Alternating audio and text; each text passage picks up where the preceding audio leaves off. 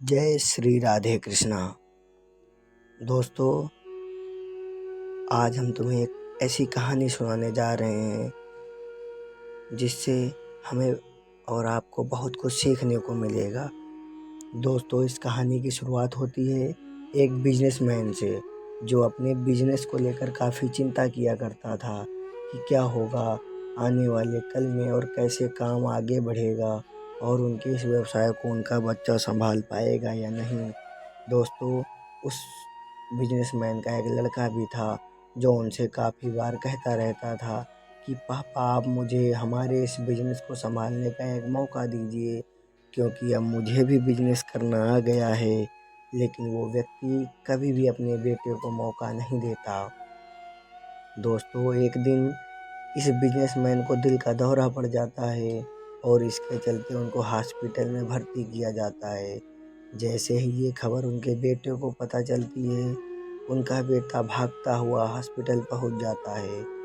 बेटा अस्पताल में पहुंचने के बाद उसने ये देखा कि उसके पापा अब एडमिट हैं और डॉक्टर्स ने उससे ये कहा, आपके पापा अब पहले से ठीक हैं और धीरे धीरे करके अब वो रिकवर हो जाएंगे। फिर उस लड़के ने अपने एक दोस्त को कॉल करके वहाँ पे बुला लिया। फिर उसका दोस्त वहाँ पर आ जाता है और उससे पूछता है कि क्या हुआ भाई। फिर उस बिजनेसमैन के लड़के ने अपने दोस्त से कहा, मेरे पापा को दिल का दौरा आया है और उन्हें हॉस्पिटल में एडमिट किया हुआ है। इसके बाद उस बिजनेसमैन का लड़का अपने दोस्त से कहता है कि चलना जरा बाहर चल के आते हैं, बहुत देर हो गई यहाँ पे खड़े खड़े। और फिर वो दोनों अस्पताल के बाहर चले जाते हैं। जब वो दोनों अस्पताल से बाहर निकले ही थे, तभी उनको एक आइसक्रीम वाला दिख जाता है। फिर उस बिजनेसमैन के लड़के ने अपने दोस्त से कहा कि भाई, आ जाओ आइसक्रीम खाते हैं। ये बात सुनकर उसका दोस्त थोड़ा चौंकता है और मन ही मन कहता है, अरे ये क्या पागलपन है, पापा अंदर भर्ती हैं और ये यहाँ आइसक्रीम खाने की सोच रहा है। फिर उन दोनों ने आइसक्रीम खरीद ली और वो दोनों आइसक्रीम खाने लगे। लेकिन उसका जो दोस्त था ना, उससे ये रहा नहीं गया, क्योंकि दोस्त होते ही ऐसे हैं। और उसने अपने दोस्त से पूछ लिया कि भाई, मुझे समझ नहीं आ रहा कि तुम्हारे बिजनेस का आगे क्या होगा, और तुम्हारे पापा की तबीयत भी ठीक नहीं और तू यहाँ आइसक्रीम खा रहा है, मुझे कुछ समझ में नहीं आ रहा है। फिर तो बिजनेसमैन का लड़का था और ना उसने जो बात कही उसे आप ध्यान से सुनिएगा।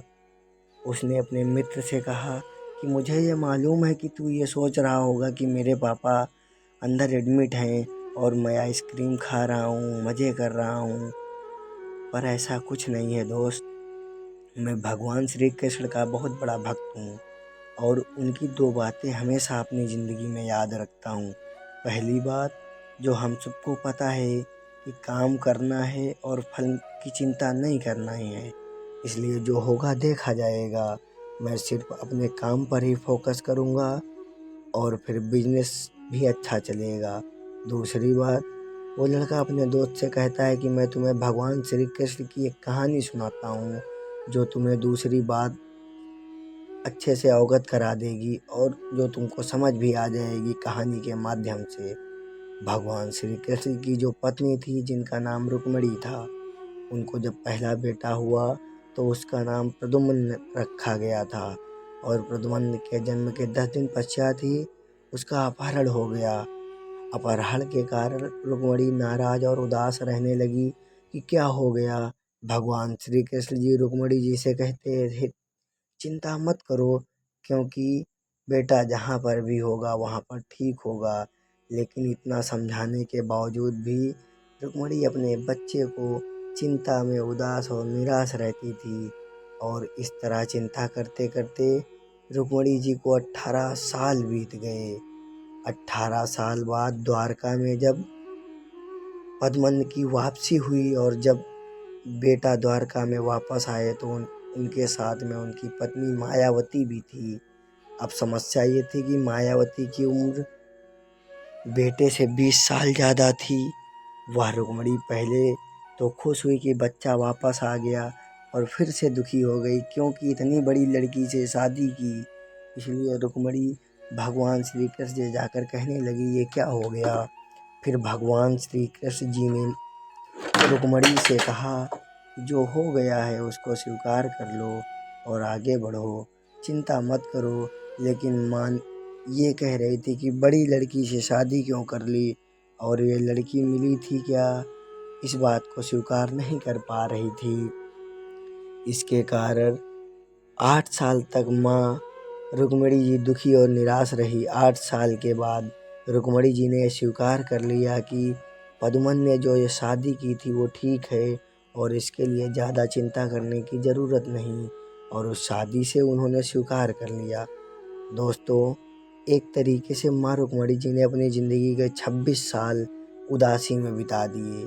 इस कहानी को ख़त्म करते हुए वो लड़का अपने दोस्त से बोला कि मैंने अब स्वीकार करना सीख लिया है, क्योंकि भगवान श्री कृष्ण जी कहते हैं, जो हो रहा है उसे स्वीकार कर लो, ज़िंदगी अपने आप सहज हो जाएगी।